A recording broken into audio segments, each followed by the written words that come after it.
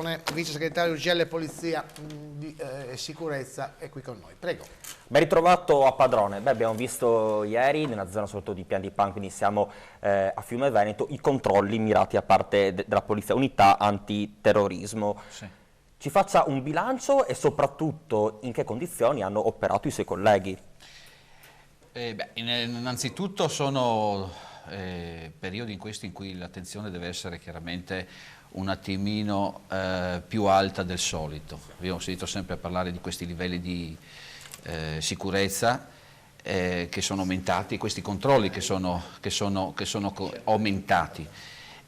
Questo comunque fa parte del solito pacchetto sicurezza di ogni anno. Se lei torna indietro con il tempo noterà sicuramente che in questo periodo i negozi sono più ricchi, forse si spende qualcosa di più, chi può ancora spendere qualcosa, quindi è meglio che in questo periodo accentuare questi controlli. Poi mi pare che ieri i colleghi, nonostante tutto, nonostante i nostri mezzi scarsi, nonostante il numero di uomini, sia stato un controllo efficace. Più forti delle difficoltà. Sì, ci sono molte difficoltà, è qua un anno di lavoro, no? Abbiamo dovuto lottare per la sicurezza, fin quando bisogna stare qui ogni sera a dire che investire in sicurezza non è uno spreco ma bensì una risorsa.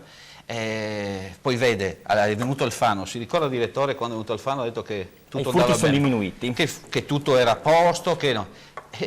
I dati che ha dato lo stesso Ministero, più 49%, cioè voglio dire, dice una cosa e poi il giorno dopo la smentisce. Ma guardi il caso, poi la stessa sera c'è stata anche la rapina. Lasciamo perdere a Pordenone, ma come vede Pordenone è retrocesso a cos'era? Al 60° posto. Quindi, allora qualcuno ha detto, ma il Fatto Quotidiano ci porta al terzo posto. Sì, vabbè.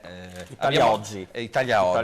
Beh, sul podio. Sul podio, vabbè, siamo 40 anni che facciamo la statistica in base al Sole 24 Ore, adesso perché uno l'ha detta giusta. Cioè, allora, il problema è veramente quello che sono gli strumenti, sono i mezzi, sono gli uomini.